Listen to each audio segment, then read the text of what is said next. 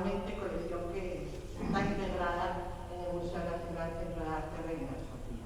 Esta institución, Reina Sofía, es la que deposita la obra aquí en el Museo de Gijón desde el año 2011. En realidad la conferencia es casi como una despedida temporal, porque el cuadro marcha este próximo martes, pero bueno, volverá, para formar parte de la exposición de Arte y Transformaciones Sociales 1885-1910 que comisaría Javier Barón en el Museo Nacional del Prado, lo cual nos da idea de la importancia, relevancia y significación de la obra, no solo en el contexto de la trayectoria del propio Piñones, sino también en el contexto artístico de finales del XIX y principios del siglo XX. La escena es una escena, una visión nostálgica de la vieja dársena, donde los marineros están charlando al final de la jornada, con los veleros detrás, una visión panorámica del puerto, de la dársena, del Gijón, del frente litoral de Gijón, y curiosamente, un año antes de que entre en funcionamiento el puerto del museo, se omite, o el artista omite cualquier referencia a la actividad industrial, actividad que lógicamente ocupaba buena parte del puerto. Precisamente esa importancia o ese impacto del puerto, del museo, en el desarrollo cultural, en el desarrollo urbanístico, económico, industrial de la ciudad, es la que vamos a descubrir o profundizar de la mano de un colaborador, como decía al inicio, antes de comenzar la charla, un colaborador habitual de estos museos, al que agradecemos siempre porque cada vez que lo llamamos no nos pone ninguna pega, sino que todo lo contrario, se presta rápidamente a colaborar con nosotros y de hecho ya ha participado en este ciclo como otro par de charlas, aportando siempre su visión clara, reveladora y además muy ajustada de lo que fue la historia de Gijón desde el punto de vista del desarrollo urbanístico, económico e industrial. Creo que no merece la pena presentarlo porque todos lo conocemos, Álvaro González, tanto como por su actividad docente, como catedrático de la Universidad de Oviedo, como por su gestión, como por su papel como gestor cultural al frente de la Fundación Álvaro González, vecino del Museo de Casa Natalia Jovillanos, con la que siempre tenemos el gusto de mantener una estrecha relación y buena colaboración. Y por lo tanto, le cedo directamente la palabra y les invito a disfrutar de esta charla.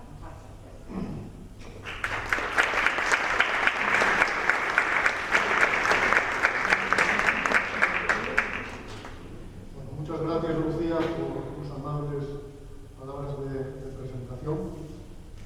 Y en relación con el cuadro que justifica esta charla, Marineros en el Muelle de Gijón, me ha indicado Lucía, cuadro pintado en el año 1906 por encargo del Casino de Gijón. Este cuadro es un cuadro que no le pinta con 28 años, una vez que ha culminado, digamos, su periodo de formación en Bellas Artes de San Fernando primero y luego en Roma, en una estancia de 2 años. Es de alguna manera el arranque de Pignone como pintor profesional, un arranque duro, porque es un cuadro que pinta y que no es fácil, y que tiene en su estudio durante 30 años, hasta que en 1936, poco antes de desatarse la Guerra Civil, pues el Museo Nacional de Arte Moderno se lo compra, y hoy está pues, en manos de su sucesor institucional, que es el Centro Nacional de Arte Reina Sofía. Y en este cuadro es un cuadro que presenta una imagen canónica o icónica de Gijón, porque, por ejemplo, en la vista de la dársena de Mariano Ramón Sánchez, que es un cuadro pintado en la década de los 80 del 18, por encargo del entonces monarca para elaborar una galería de marinas con destino del Príncipe de Asturias, aparece un fondo prácticamente idéntico. La colegiata de San Juan Bautista, el Palacio de los Condes de Revillagigedo, evidentemente hay cambios, no apareció entonces la estatua de Pelayo, porque la estatua de Pelayo se inauguró en el año 91. Es una imagen, digamos, en cierta medida temporal, que se ha mantenido a lo largo del tiempo, evidentemente con algún grado de deterioro, porque la plaza de Marqués pues, es una plaza machacada por los volúmenes de los grandes edificios, pues que lógicamente no aparecen en este cuadro. Pero es una imagen, ya digo, en cierta medida temporal. Y luego, claro, es una imagen con una carga costumbrista muy grande, porque aparecen un par de grupos de marineros, un grupo de 4 marineros en el primer plano, un grupo de 3 marineros de un perro en el segundo, pues con sus botes de agua, con sus pantalones de mahón, con sus suecos, aparentemente al final de la jornada. Aunque no hay una referencia directa, digamos, con la actividad industrial de la ciudad, sin embargo, sí se puede presumir que alguno de esos marineros que ahí aparecen pues no sea pescador, no fuera pescador. Bien. Bueno, hechas estas observaciones preliminares sobre el cuadro, voy a referirme ahora a lo que voy a tratar de hacer a continuación.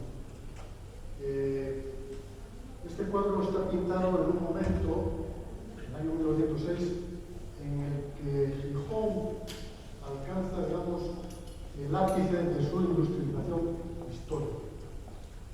La industrialización de la ciudad comienza ya pues, en la década de los 40 y de los 50. La primera fábrica, la primera industria emblemática de Gijón es la fábrica de vidrios La Industria, de la cual les aconsejo que vayan a ver la exposición que ha organizado también la Fundación Municipal de Cultura, el Palacio de Revillagigedo, que es muy interesante. Y poco después de la apertura de esta fábrica, pues llega el ferrocarril de Langreo, llega a Gijón en el año 52, comunica directamente el puerto de la ciudad con la cuenca unida del Nalón. Pero bueno, luego aparecen otras actividades industriales, pues el pique seco de Cifuentes de Stolz, la fábrica de Loza, pero en los años en torno al cambio del siglo hay un auge inversionista muy importante que se traduce pues, en firmas tales como la Boronera, por ejemplo, la fábrica de Gijón Fabril, que era una fábrica de harinas, la fábrica de sombreros también, la actividad bancaria que aparece en ese momento, con la creación del Banco de Gijón en el año 1899 y del crédito industrial gijonés por las mismas fechas. Es decir, que cuando un Piñole ya afincado y vecindado definitivamente en su ciudad natal pinta este cuadro, bueno, también con raíces en sus propias raíces familiares, porque no hay que olvidar que Piñole era hijo de un marino mercante. Su padre, Nicolás Piñole Omies, muere cuando Nicanor Piñole Rodríguez pues tiene pocos meses, muere en un naufragio en Tarragona, un sinistro marítimo en Tarragona.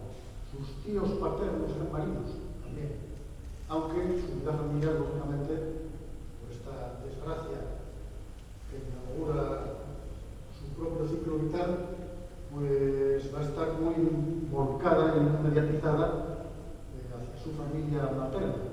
De hecho, va a convivir con su madre pues hasta la fecha de la muerte de su madre, en 1952, cuando su padre tenía 97 años y él 74. De manera que su círculo familiar es el círculo de su familia materna y de los Prendes, sobre todo, un tío suyo y de sus primos, los hijos de sus primos, que van a ser el círculo familiar prácticamente pues, toda su vida. Es decir, que Nicanor Piñole mira al puerto no por azar, y de hecho va a pintar a lo largo de su carrera artística una serie de obras que tiene por escenario el puerto. Hay una obra muy emparentada con esta que estamos comentando, que es la de Destiladores en Puerto, en 1927, propiedad del Banco de Sabadell, que es una obra que tiene un enmarque muy parecido al que presenta Estoy marineros en el puerto de 1907. Va a pintar otras obras cuyo escenario es el puerto local, la hija del patrón, la puesta del Cholo, los marineros asomados a la punta de Niquerica. Es decir, que el puerto local es un motivo recurrente, un tema recurrente en su carrera artística y en su obra artística. Bien, bueno, pues entonces lo que yo pretendo, lo que quiero hacer es una reconstrucción, apoyándome en imágenes, en planos, del escenario del Piñole de comienzos del siglo XX, o sea, el Piñole de comienzos del siglo XX. Cuando ya digo Gijón, alcanza a ser industrial. Gijón, en ese momento, tenía 27.000 habitantes. Tenía una población superior a la de Oviedo. Yo tenía 23.000 en ese momento. Tenía una población superior a las muchas capitales de provincia, sobre todo en la España interior. Tengan en cuenta que en esta época solo dos ciudades españolas, buscando el siglo 1900, solo dos ciudades españolas sobrepasaban los 500.000 habitantes, que eran Madrid y Barcelona. Y solo otras tres, Valencia, Sevilla y Málaga, sobrepasaban los 100.000. Todas las demás estaban por debajo. De manera que Gijón en esa época tenía una entidad importante y tenía además una personalidad funcional y morfológica específica derivada de la actividad industrial. O sea, Gijón era una ciudad fábrica y era una ciudad que en su plano, en su morfología, se presentaba de una manera muy dual. Dualidad que era también social, lógicamente. Había un Gijón burgués y un Gijón obrero. Había un Gijón industrial y fabril y un Gijón urbano, que justifica el calificativo que por aquellas fechas se le dio en la prensa local de pequeño Londres. Bueno, vamos a iniciar entonces este paseo por ese Gijón industrial del cambio de siglo, empezando por... A ver si... Estoy cuidando haciendo sobre mi correo. Aquí. Bueno, este plano es un plano muy conocido, es el plano de Gijón del Atlas de España de Francisco Coelho, el Atlas de España y sus posesiones ultramar. La hoja de Asturias fue la última hoja que se publicó en el año 1870. Este plano está fechado en 1870. Es el plano que refleja, es el plano de la infancia de Piñol. Piñol nace el 7 de enero de 1878, este plano es de 1870. Bueno, es el plano que reproduce la fortificación levantada con motivo de la Primera Guerra Carlista. La Primera Guerra Carlista fue una guerra larga y cruenta, que tuvo muchas consecuencias, y tuvo tantas consecuencias como las estamos padeciendo en la actualidad. O sea que hasta ahí llega la cola de la Primera Guerra Civil, larga, más larga y más cruenta que tuvo España en el siglo XIX. Y eso trajo consigo el que determinadas plazas, determinadas ciudades que se podían considerar estratégicas por su posición, pues se convirtieran en plazas fuertes, y Gijón fue una de ellas. Y un ingeniero militar, Agustino Arquiólogo, pues diseñó una obra de fortificación en forma de estrella, con 4 puntas, pues una quinta, el arranque de la carretera de Castilla, un rellín, una fortificación adicional en ese punto de entrada o de acceso principal a la ciudad, que persistió pues hasta que persistieron esas obras de fortificación hasta que revirtieron en el año 1877. De manera que estuvieron en pie de forma desigual pues hasta muy entrado el último tercio del siglo XIX. Y es, como veremos luego, pues una obra de fortificación que ha dejado una huella en el plano de la ciudad. Bien, en este primer plano que les presento, de 1870, ya se ven los arranques o los comienzos de la industrialización, porque en la punta de Estrella más meridional está ya levantada la fábrica de vidrios La Industria, y en la punta de Estrella más occidental se ve ya la llegada del ferrocarril, y se ve la estación del ferrocarril de Langreo y el ramal que conduce al puerto. Y este plano también recoge la primera ampliación del puerto preindustrial. El puerto preindustrial era una pequeña dársena formada al socalle del Cerro de Santa Catalina, al oeste del Cerro de Santa Catalina, que se reformó en la segunda mitad del siglo XVIII.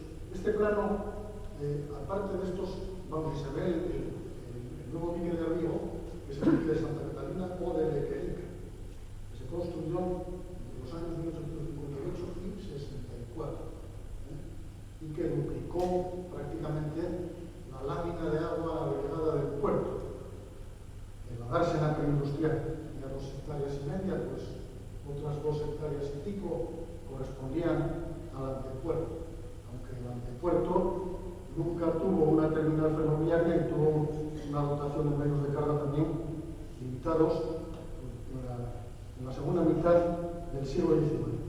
Este plano es un plano que básicamente recoge la herencia polemista, pero recoge también los primeros atisbos de la industrialización, traducidos en esas primeras fábricas, en la llegada del ferrocarril. Recuerden que el ferrocarril de Langreo es el tercer ferrocarril de la península, después del de Barcelona a Mataró y el de Madrid a Navarra.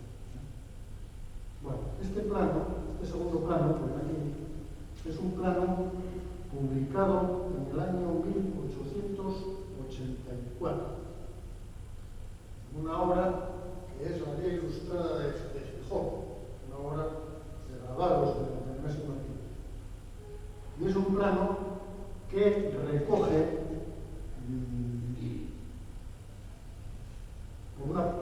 dos circunstancias o dos hechos. Bueno, si comparan este plano con el anterior, ven que la trama ocupada prácticamente es la misma, salvo en el frente del Arenal de San Lorenzo. El Arenal de San Lorenzo, como los arenales que circundaban la villa, formaba parte de los bienes propios del ayuntamiento.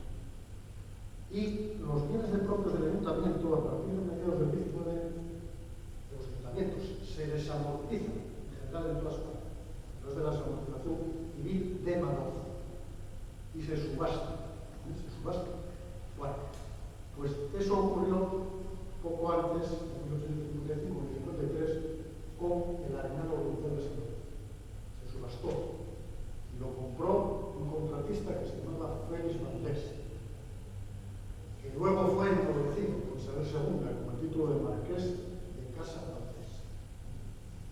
Bueno, pues este hombre, claro, viendo que el crecimiento de la ciudad podía ir en esa dirección, compró ese trozo de la Arenal. El trozo más oriental lo compró Juan Los Rapunzal.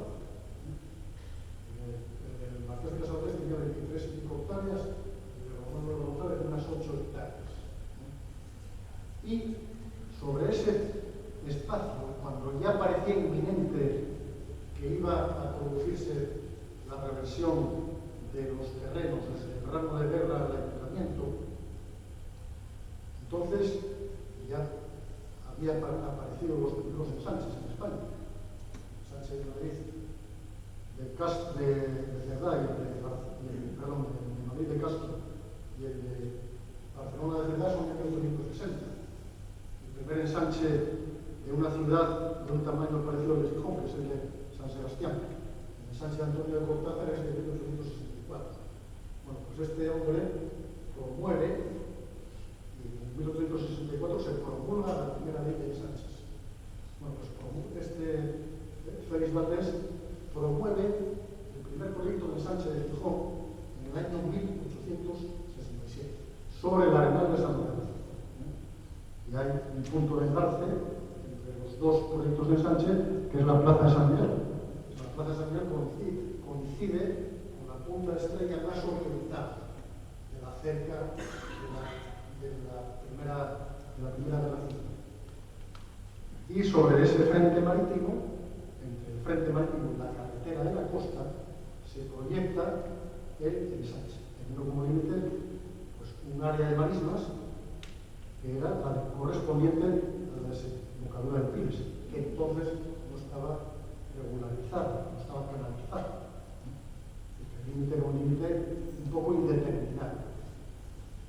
De hecho, entre 1867 y 1884, que son las dos fechas que separan los dos planos que acaban de ver, lo que ahí aparece es una ocupación muy laxa del ensanche.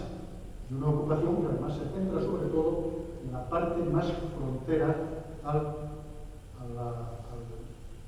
casco histórico consolidado, que era el Gijón, el plan de mejoras de Jovellanos.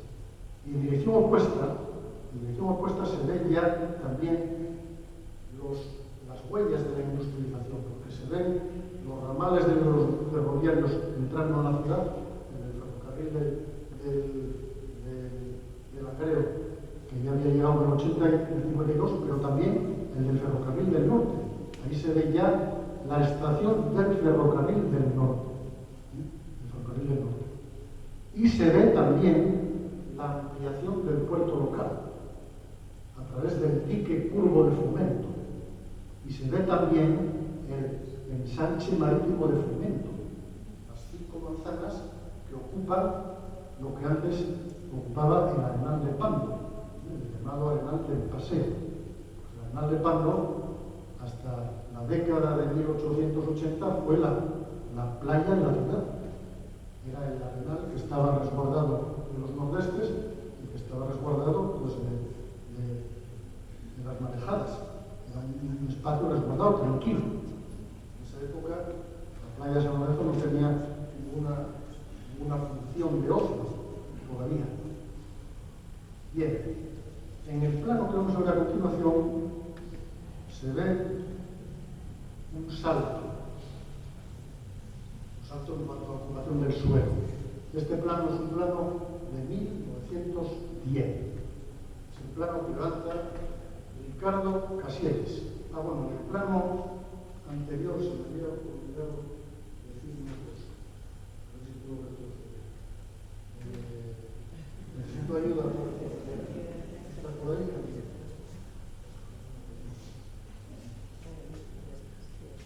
Que quería volver a... Quería volver al plano anterior. Aquí.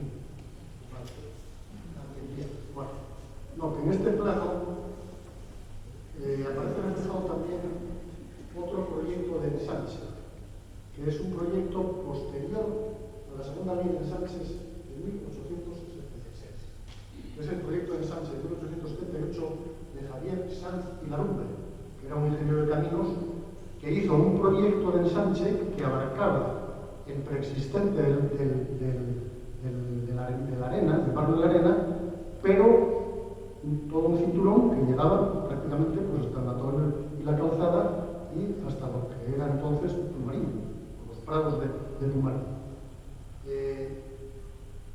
Que es un proyecto que preveía la expansión de la ciudad hasta los 60.000 habitantes.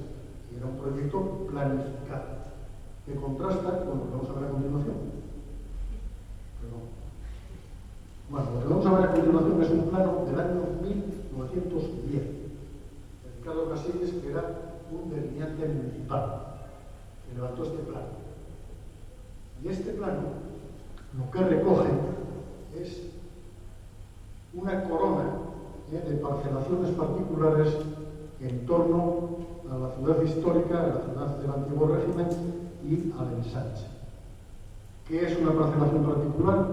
Pues el resultado de superponer sobre una finca rústica preexistente, situada casi siempre al lado de una vía de acceso a la ciudad, de superponer pues una trama geométrica que parcela en la primitiva parcela rural y convierte pues, esa antigua parcela rural en parcelas susceptibles de ser ocupadas. Bueno, ¿por qué entre el plano de 1884 y de 1910 llegamos a este salto?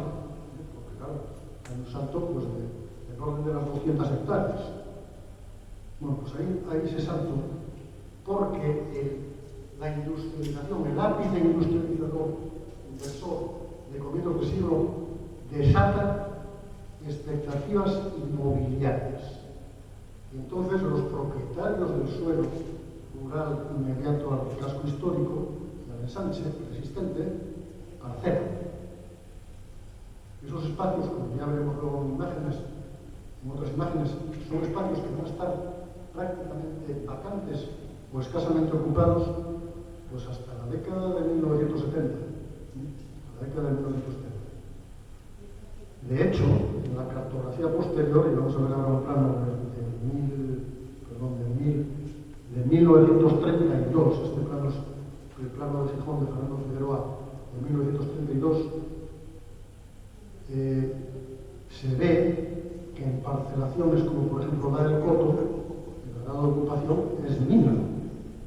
Está ocupado el espacio central por la cárcel, que se abre en el año 1909, por el cuartel de Simancas, antiguo cuartel de zapadores, algo posterior, y por el grupo de casas baratas que hay entre el cuartel de zapadores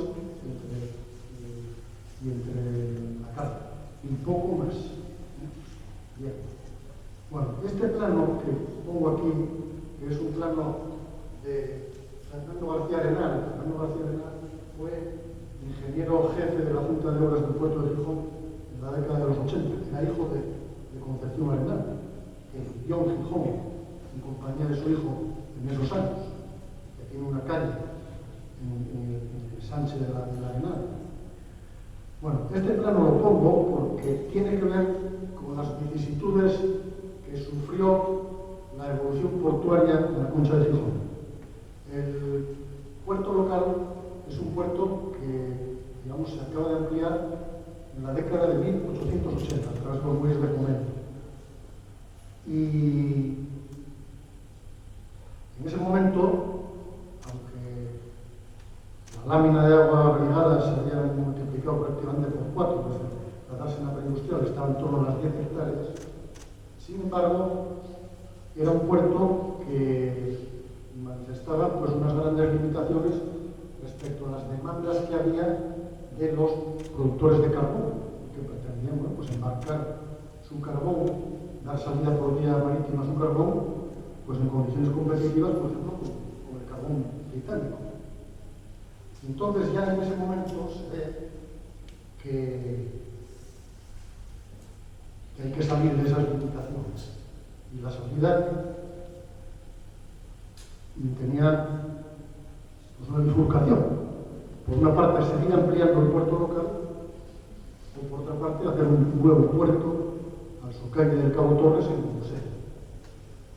El puerto del Museo estaba ya proyectado como puerto de refugio desde el año 1862. Pero, en los años 80, cuando se empiezan a hacer patentes las limitaciones que tenía el puerto local, pues se plantea la posibilidad de hacer un puerto comercial en el museo. Y ahí es cuando estalla la célebre polémica entre museístas y apagadoristas, porque lógicamente el ampliar el puerto local o hacer un nuevo puerto en el museo va a revalorizar por los activos inmobiliarios de ambas zonas. Y este plano, levantado por Fernando García Arenal en el año 1886, es un plano que refleja el proyecto apagador, así llamado porque en planta tenía una forma de apagavelas. Se ve ahí como esos dos diques, uno sale del centro del cerro de Santa Catalina y el otro pues, de la zona de Punta Colombia. Y luego se ve al pie del Cabo Torres, pues uno de los proyectos de puerto de refugio del museo. Bueno, al final triunfó opción que era más lógica, que era la de construir un nuevo puerto en el museo. Pero la construcción del puerto del museo no se empezó hasta el año 1892. Y el primer tráfico comercial del museo se hizo en el año 1907, o sea, un año después de que Piñole pintara este cuadro. Y aquí se ve, bueno, pues lo que era entonces la ciudad en el año 85, muy poca, era todavía pues muy poca cosa. Bueno, esto es un esquema en el que se ven las diferentes parcelaciones, el casco histórico de la cerca de la Primera Guerra Carlista y el ensanche de la Arena. Bueno, y aquí se ve el proceso de construcción o de ampliación del puerto local. La dársena preindustrial, la primera creación a través del dique de Santa Catalina, el muellín, que fue una concesión hecha en siglos 50 en el año 1871, que era un pequeño muelle que salía del muelle de mar de la dársena vieja, y luego los muelles de fomento. Los muelles de fomento se gestaron también en un proceso largo, comienzos de la década de 1870 y mediados de la década de 1880. Bueno, y esto es una lista aérea armada pues, del puerto local mediada en la década de 1970, cuando todavía conservaba una función pesquera y cuando todavía los muelles de fomento eran un paradero para desguazar barcos. Bueno, y ahora vemos esta imagen, que es una imagen muy conocida, muy repetida, que es una imagen de la dársena vieja, de la dársena preindustrial, que era donde estaba el cargadero, los cargaderos de la terminal del ferrocarril de Langreo. Y aparece ahí como un espacio portuario congestionado. Congestionado porque había muchos barcos pues, que tenían muchas demoras y porque tenían que esperar turno para ponerse debajo del cargadero y embarcar el carbón, que se embarcaba pues, todavía pues, hasta los años en que Piñol pinta este cuadro, pues en la mayor parte de buques de vela y parte en buques en barcos de vapor. Bueno, y aquí se ve una imagen de uno de esos cargaderos, uno de los drops. El muelle del Carbón, que era el muelle al que llegaba la terminal ferroviaria del ferrocarril de Langreo, se llegaron a montar hasta 3 de estos cargaderos. Estos cargaderos eran los cargaderos tipo que había en los puertos carboneros ingleses. Entonces, el vagón cargado de carbón llegaba hasta el cargadero,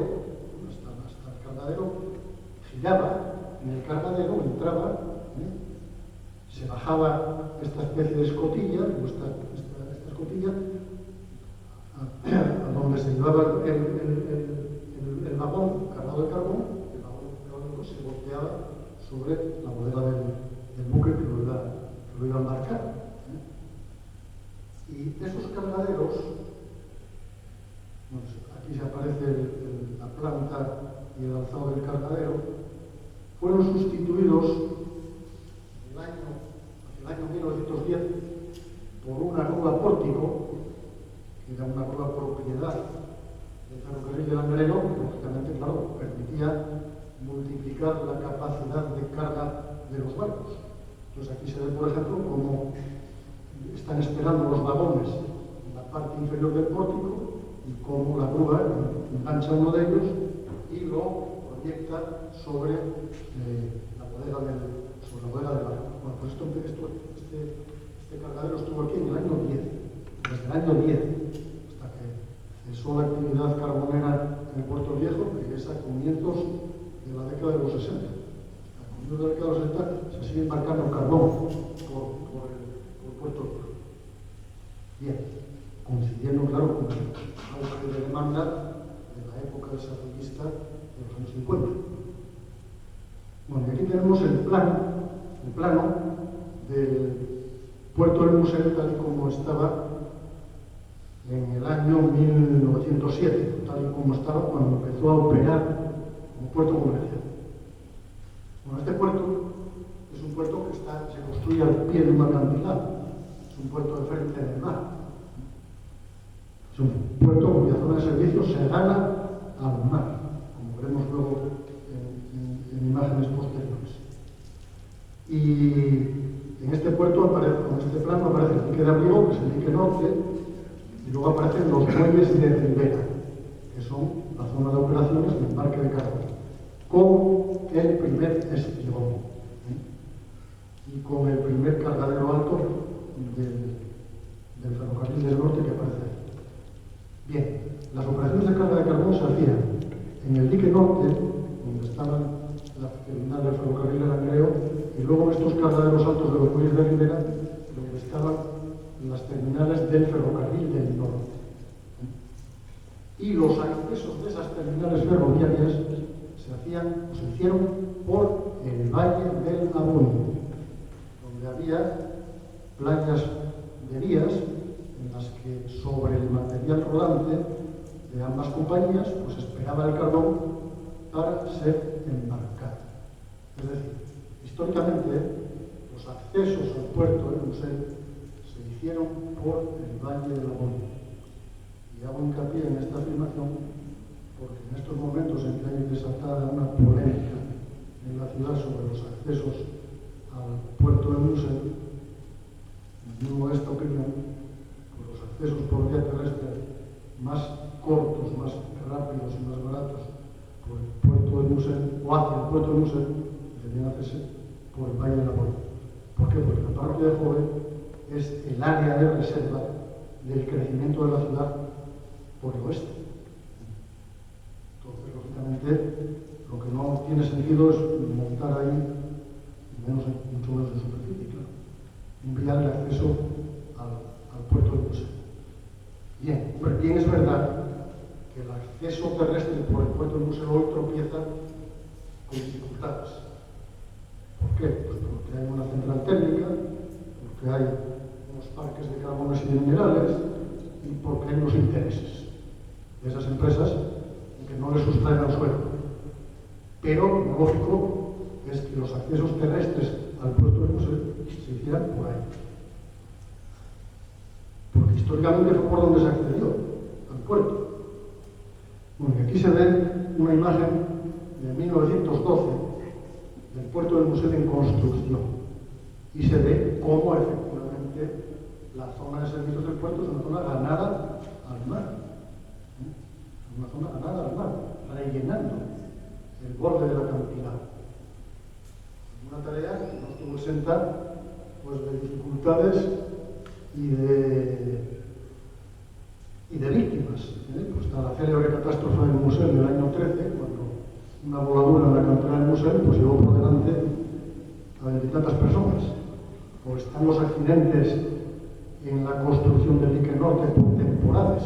El ingeniero Olano, el famoso ingeniero Olano, que fue llevado por un golpe de mar cuando trataba de auxiliar pues, al personal que estaba allí trabajando con la grúa Titán en el morro del muelle. Bien, bueno, aquí vemos una vista del cargadero alto que antes se veía en planta y que está descargando pues, a través de una tolva carbón en un vapor. Claro, el puerto de Musel permitió multiplicar la capacidad de carga del dispositivo portuario local. ¿Por qué? Porque el puerto de Musel podía atracar vapores que no podían entrar en el puerto local. En el puerto local un vapor de más de 400 toneladas no podía entrar. Cuando en esa época era habitual que los buques de la flota carbonera pues, británica, en general europea, pues anduvieran en torno al tonelaje unitario de 3.000 toneladas por buque, por barco. Aquí se ve, a simple vista, ojo de buen cubero, por la diferencia de tamaño de este barco, este vapor, con los vapores que podían atracar, con los veleros que podían atracar en el puerto de Musel. De hecho, el tráfico carbonero del puerto de Gijón va a dar lugar, en estos años del cambio de siglo, a la aparición de dos compañías navieras muy importantes. Una es la de Oscar Olavarría, de Lozano. Oscar Olavarría y Lozano era un empleado de Oro Felguera, que en el año 1860, viendo el auge que iba a tener el tráfico de carbón, creó una compañía naviera, fue creciendo. Y que, bueno, tuvo un cambio de denominación porque murió a comienzos del siglo XX y cambió de denominación, pasó a ser la compañía de López de Ar, y luego de Rodríguez y Cerra. Y luego la otra compañía fue la de Melitón González y compañía. Melitón González y compañía fue el suegro de Florencio Rodríguez, el creador del Banco de Gijón. Aunque bueno, estas pues, digamos, podrían parecer cotilleos, os digo, que explican pues, las relaciones que había pues, entre la burguesía financiera, la burguesía comercial y la burguesía industrial. Y al final eran todos los mismos, más o menos. Bueno. Vamos a ver ahora otro paisaje urbano del frente litoral muy característico, muy típico de esta etapa, que es el frente de la playa de San Lorenzo. La playa de San Lorenzo, como ya dije antes, no fue playa de baños en el siglo XIX. La playa de baños era el Arenal de Palma, que se conocía como el nombre del Arenal del Paseo. Arenal del Paseo, ya desde la época de Jovellanos. Cuando se producen las primeras visitas regias al Gijón de la segunda mitad del XIX, en el año 1852, la de la reina regente María Cristina, y en el año 1858, la de Isabel II, pues ambas figuras regias mojan sus carnes en las aguas de la playa de Palma, en sendas casetas preparadas al efecto para ella. Bien. Claro, cuando se construyen los muelles de fomento, eso se acaba. Y entonces, la actividad de baños se desplaza al Arenal de San Lorenzo, coincidiendo además con la conversión del frente urbano del Arenal de San Lorenzo en un espacio urbano consolidado, porque ese era el frente del ensanche del Arenal.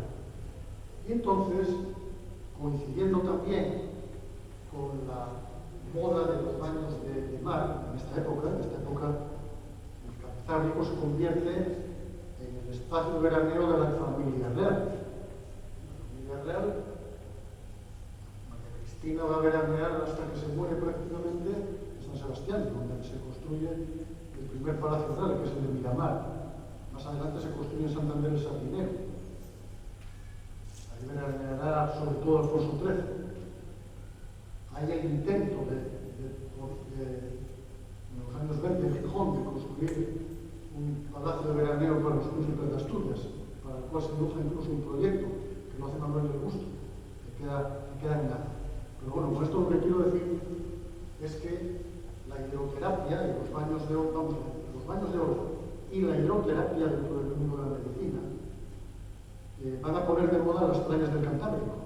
Hay una obra muy célebre de un médico higienista de Barcelona, que es Pedro Javier Monaldao, que se llama Higiene de los baños de ola y Manual del bañista, que se publica en 1869, y que da idea de la moda que adquieren estas prácticas, que son prácticas de veraneo, que a su vez se explican por el auge de la red ferroviaria, por el veraneo de Granada. Es decir, los reyes dejan los reales sitios y empiezan a veranear en el Cantábrico porque se pueden desplazar en ferrocarril. Entonces, Carranza, Aranjuez, pues dejan de ser los espacios de veraneo, y los espacios de veraneo se desplazan a las playas del Cantábrico, donde empiezan a aparecer clubes náuticos de patrocinio real, en los que se practica la vela y el remo. Y aparecen en Bilbao, aparecen en San Sebastián, aparecen en Santander, y el último que aparece es el de Gijón, que es el Gran Club de Regatas, en el año 1911. Bueno, pues esta moda da lugar a un negocio, que es el negocio de los balnearios. Los balnearios son establecimientos comerciales, establecimientos privados, explotados por particulares que obtienen una concesión sobre un tramo de la playa y que ofertan al público los baños de ola, baños calientes, baños sulfurosos y baños con plantas medicinales que se desarrollan en bañeras que están en el interior de esos recintos, donde suele haber también servicios de hostelería y de restauración. Bueno, pues entre 1885 y 1892 aproximadamente, el frente occidental, más occidental de la playa de San Lorenzo se va a cubrir de establecimientos balnearios. Y aquí en la imagen tenemos el que fue más importante, que fue el de las Carolinas, que fue un balneario promovido por Justo del Castillo, que era un ingeniero originario de Santander, afincado en Gijón, y por Tomás Zarracina, que era un industrial que estableció en Gijón varias fábricas, una de harinas, otra de chocolates, otra de sidra. La fábrica de sidra Champanada, pues al final son en el lugar que le ocupa el lagar de Villa María, en la carretera de la calle del profesor Pérez Pimentel. Bueno, pues este Tomás Zarracina se asocia con Justo del Castillo, que era este ingeniero, que era masón, eran republicanos ellos, y fundan esta casa de baños a finales de la década de 1880, que fue, ya digo, lo más importante. Bueno, este es el edificio del Varsovia, que asomaba antes por detrás de las Carolinas. Bueno, el nombre ese de las Carolinas, pues es un nombre que se explica porque la mujer y el hijo de Justo del Castillo se llamaban Carolina. Esa es una hipótesis. Otra hipótesis es porque en esta fecha los alemanes nos burlaron era el sentido de las Carolinas. En el extremo oriente. Entonces, bueno, cada uno que se quede con la versión que le parezca. Aquí están los otros dos balnearios que tenían, digamos, una envergadura formal, arquitectónica menor, que conformaban ese frente que cerraba toda la playa de San Lorenzo, el frente más urbanizado, que es el balneario de la Favorita, que es el que aparece a la derecha, y el balneario de los Baños de Ola, que es el que aparece más a la izquierda, casi a la altura del Partido del Campo, que están unidos ambos por una pasarela y que fueron promovidos por Leandro Suárez Fiesta a finales de la década de los 80. Claro, estos balnearios suponían, digamos, la privatización de ese espacio de playa, porque los balnearios se hacía pagando una tarifa, bien para tomar baños de ola o bien para tomar baños calientes dentro del propio balneario. Y luego, claro, era una pantalla que ocluía la visión desde el espacio bajo. Bueno, aquí también se ve otro elemento, la sombra, otro elemento que ocluía esa fachada marítima, que es la tapia del Hospital de Caridad, que es un edificio demolido durante el mandato del alcalde frente populista Paulino González Bañada, que era narcosindicalista, era cerquista, que, paradojas de la vida, pues tiene una bisnieta pues muy inclinada hacia la aristocracia de sangre, que es Genoveva Casanova, la ex del capitano Martínez de Lujo, y, según dicen las revistas del corazón, es una amante del Dinamarca, Federico X.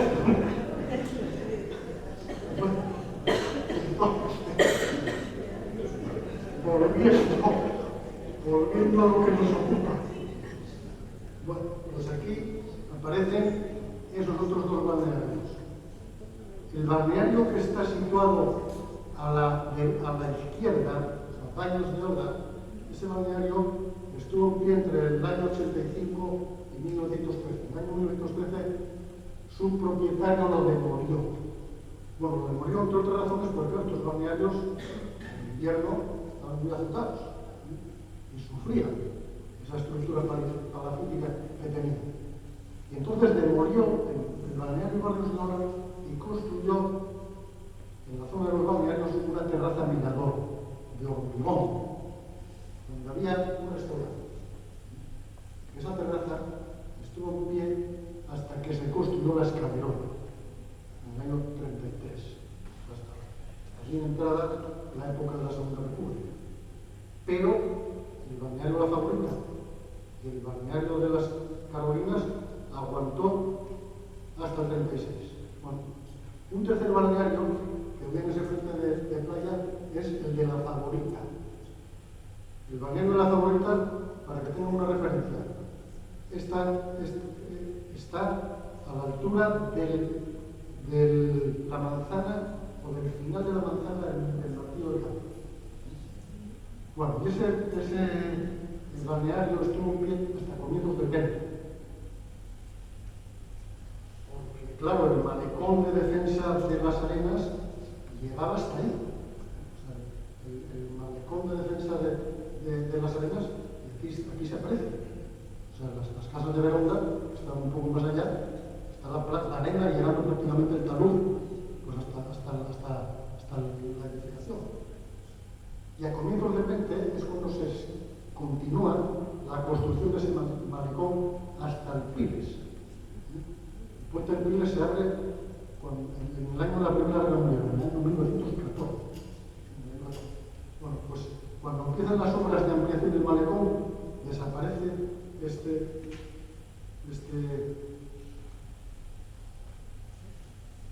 Bueno, luego había otro más, que no está aquí en la imagen, que era el balneario de la Cantábrica, el balneario de Tras la Iglesia, que fue un balneario que se empezó más tarde, porque se abrió en 1892, promovió Rodrigo Juntela, que era un vecino de Oviedo, y luego se lo transfirió a publicar por Reyes.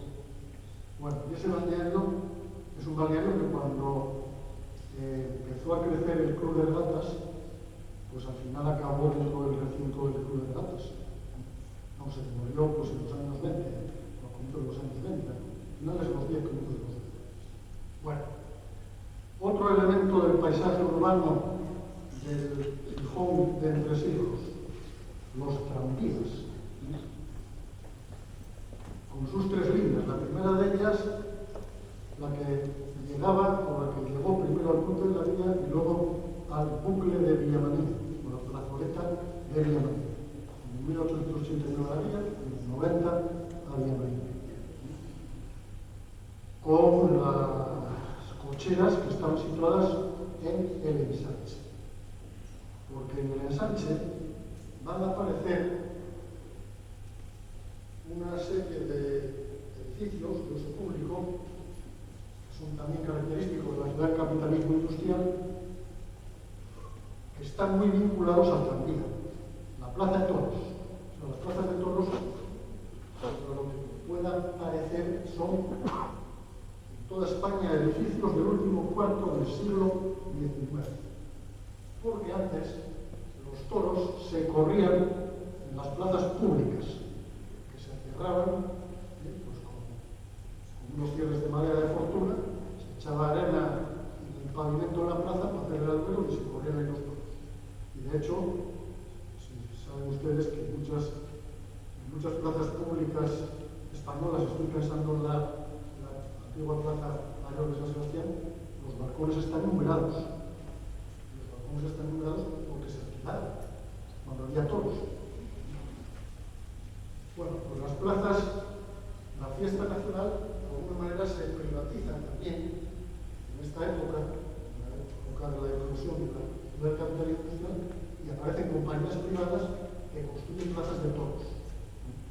La Monumental de las Ventas en Madrid, la Maestranza de Sevilla, o sea, son corporaciones o compañías que construyen plazas de toros.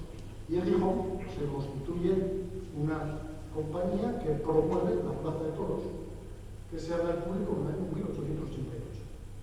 Y también en la zona del Arenal, en un espacio que no había sido adjudicado al Marqués de Casabaldés, que era el plantío de la Florida, se construyen los Campos Elíseos, que era un parque de atracciones que imitaba el parque homónimo de la capital francesa. Y se hace una concesión, que de hecho supone pues, una privatización de ese suelo. parte del cual llega pues, hasta todo. Muchos de los que estamos aquí, sobre todo los que frisamos los 70, pues conocimos los campos elíseos y conocimos la Florida, cuando era una verdad, todavía, no un espacio una verdad. ¿Por qué? Porque los campos elíseos se tiraron en la década de los 60. Sí, en la época de la década de los 60. Bueno, entonces aparece esta línea, la más oriental, vinculada a esos espacios de ocio del ensanche. La más occidental, vinculada a la industria y al puerto. Y la más meridional, que es la del llano, también vinculada a la actividad industrial. Porque en el llano de arriba, en ese auge inversionista del tránsito del cambio de siglos, apareció, por ejemplo, la fábrica metalúrgica de Domingo de Orueta, que fabricaba material de ferrocarril en esa zona. Bueno, aquí hay imágenes. Bueno, esto es un gráfico del crecimiento del transporte tranvía, una jardinera, las que estuvieron circulando también prácticamente hasta el final de la explotación de la línea en el año 64. Esta es la vista de las primeras cocheras situadas frente a la Plaza de Toros cuando la tracción de la red era de sangre, cuando los tranvías eran tirados por mulas, que aparece el típico carruaje tirado por mulas. Y aquí aparecen también frente a la Plaza de Toros jardineras tiradas por mulas. Presumiblemente, pues cuando había una feria de abril, claro, había una demanda de servicio en esa línea, o un pico de demanda de servicio en esa línea.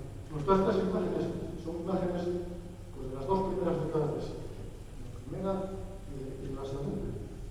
Y aquí están las segundas cocheras del tranvía, cuando la red ya se había electrificado en el año 1908.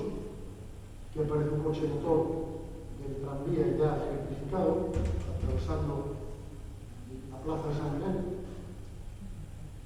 Aquí aparece un convoy también eléctrico cruzando la calle de Jovellanos, cuando estaba en pie todavía el mercado de Jovellanos, que ocupaba el lugar que ocupa el Parchís.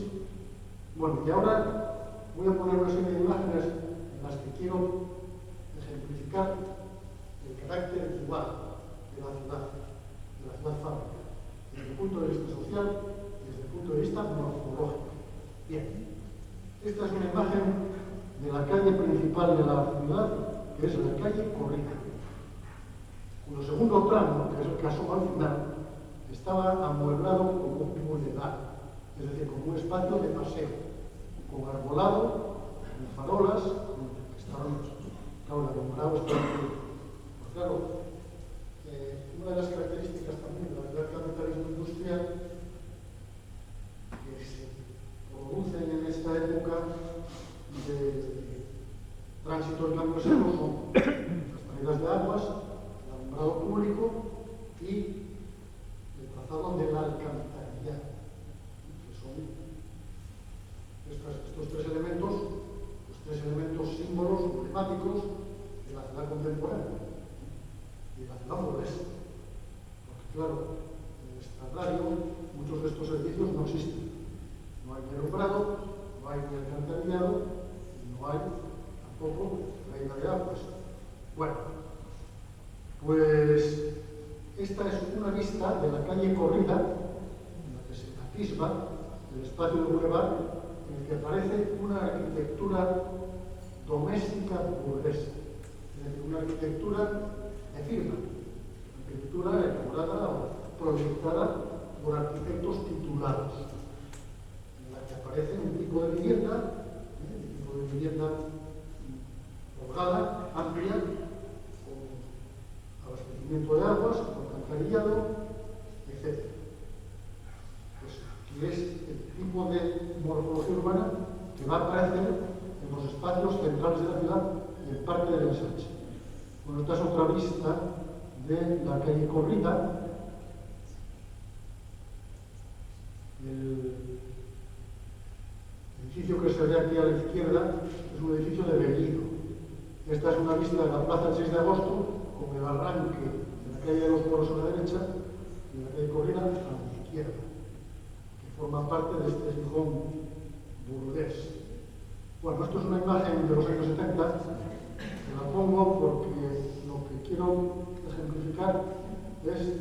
la sustitución del caserío de primera ocupación por un caserío en altura de la etapa de San Luis. Bueno, es una foto antigua, como pueden apreciar. Porque estas fotos que van a ver ahora, esta es una foto del Mercado del Sur. El Mercado del Sur es un mercado que se abre, que forma parte de los mercados, forman parte también de los edificios de uso público característicos de la teoría del capitalismo industrial. Y en Gijón hubo dos mercados de abastos, los dos mercados de la carne, como un mercado del pescado, también. El primero fue el de Jovellanos, en la década de 1870, el segundo el Mercado del Sur, de 1899, y el mercado del pescado, de la pescadería, en la década de los 20. Son edificios característicos de las ciudades, de la ciudad del capitalismo industrial. Bueno, aquí aparece una vista también muy clásica de la calle de los Moros, con un tranvía de precios de sangre y con dos edificios cuya autoría se debe a Luis Bellido. Luis Bellido es hombre, que aparece al fondo, que es el edificio del Banco de Castilla, y el que asoma a la derecha es el edificio del Banco de Gijón. Luis Bellido, hago estos cursos, fue un arquitecto muy importante de la primera mitad, de la historia de la arquitectura española de la primera mitad del 20, que en su época de juventud trabajó en Asturias. Luis Bellido tenía un tío, era de Logroño, era hijo del ingeniero de obras públicas de Logroño, hizo la carrera en Madrid, y tenía un tío que era fiscal de la audiencia de Oviedo. Y por influencia de ese tío, el arzobispo de Oviedo, que fue entre 1884 y 1904, Fray Ramón Martínez Vigil, lo trajo a Asturias. Y lo hizo arquitecto diocesano. Y a partir de 1900 fue también arquitecto municipal de Gijón. En esa época no había incompatibilidades entre el ejercicio público y el privado.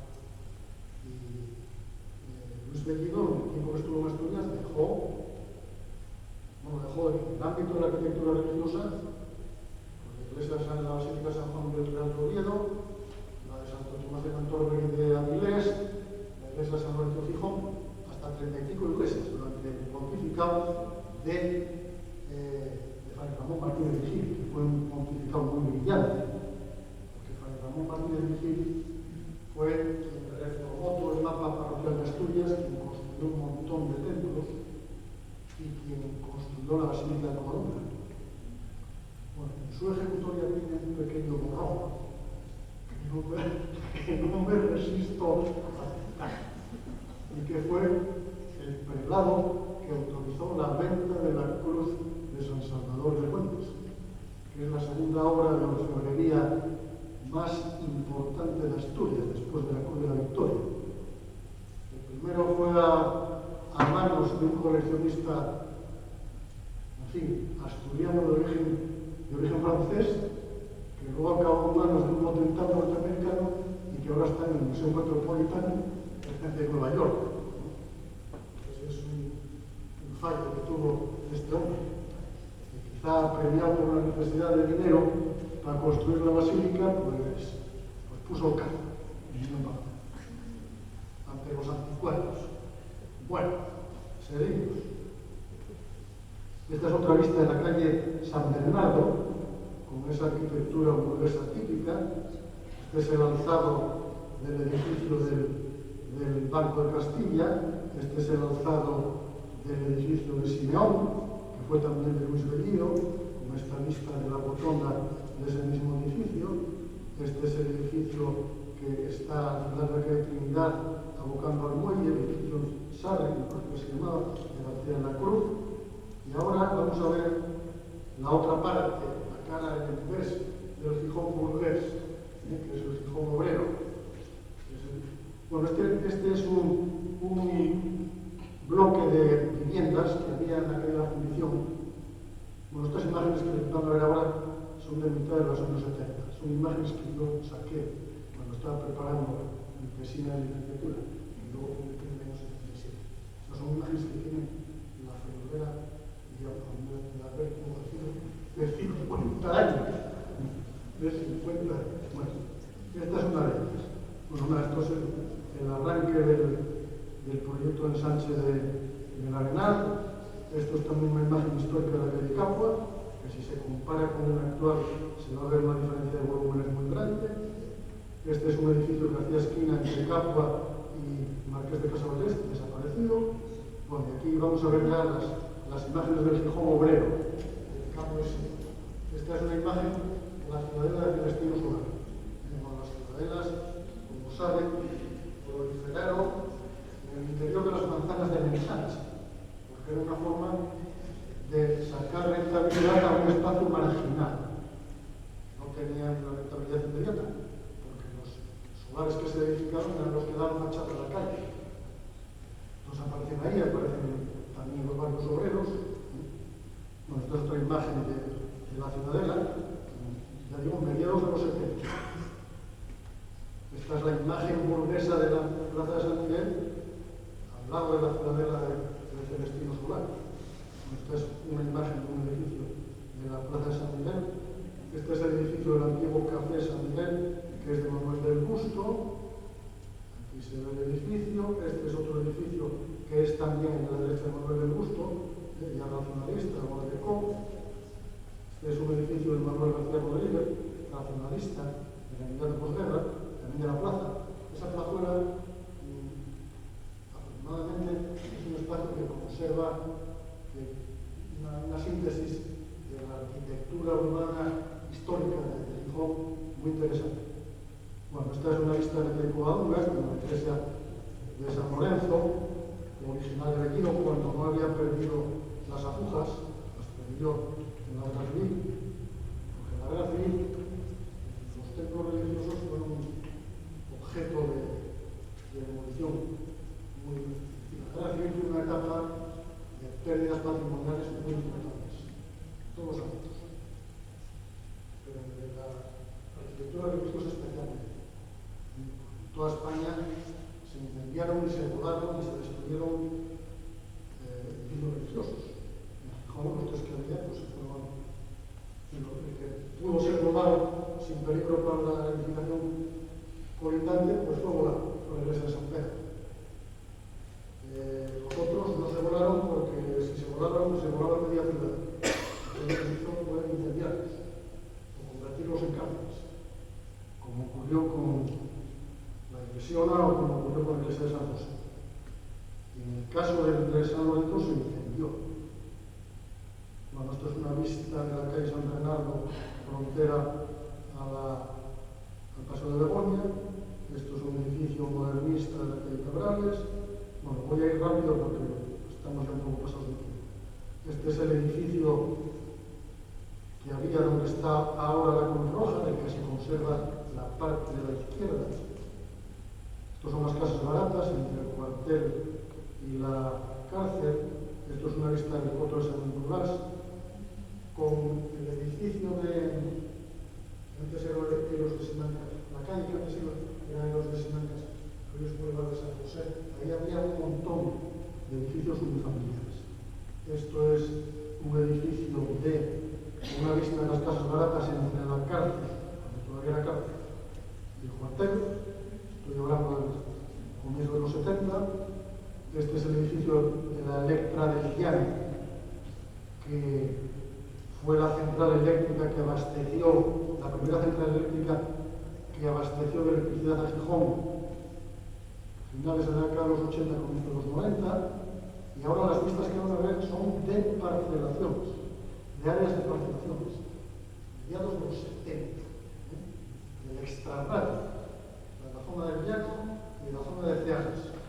Esta es una vista de la zona del Llano del Medio, la que ve todavía están en pie las casas terreras, las casas de una planta, que eran casi siempre de autoconstrucción, construidas en un periodo de tiempo que va desde el año 1910 pues hasta mediados de los 70. Esto es la calle de, si no recuerdo mal, de Antonio Cabanillas, en Ceares, 1975, sin asfaltar, sin alumbrar. Supongo que como abastecimiento de agua domiciliario. Supongo, pero a lo mejor estoy suponiendo mucho. Y esto es también otra calle de CEPS, de esa época. Entonces eran esta parte de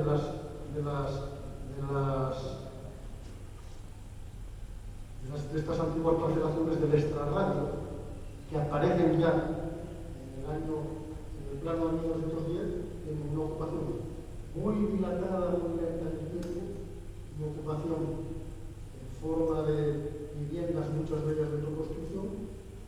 Claro, eso nos empieza a urbanizar y a cambiar de cara, pues hasta que entramos ya pues en los primeros ayuntamientos democráticos, a los años 80. Esta es otra imagen de la zona del barrio del Llano. Bueno, con esta imagen yo quiero cerrar esta charla tratando de haber reconstruido de alguna manera los paisajes de ese Gijón histórico que fue coetáneo al momento en que Piñol pintó este cuadro y que fue el Gijón que vivió Piñol. La parte de su vida, digamos, más activa y de madurez, porque Piñol vivió 100 años. Piñol nació el 7 de agosto de 1878 y murió el 18 de agosto de 1978. Lo recuerdo perfectamente, cuando murió Piñol, que vivió siempre pues, en el velódromo número 5. La Plaza de Europa, muy cerca de donde está este museo, felizmente inaugurado pues, para perpetuar su obra. Bueno, muchas gracias por su atención. Espero que no se haya aburrido demasiado.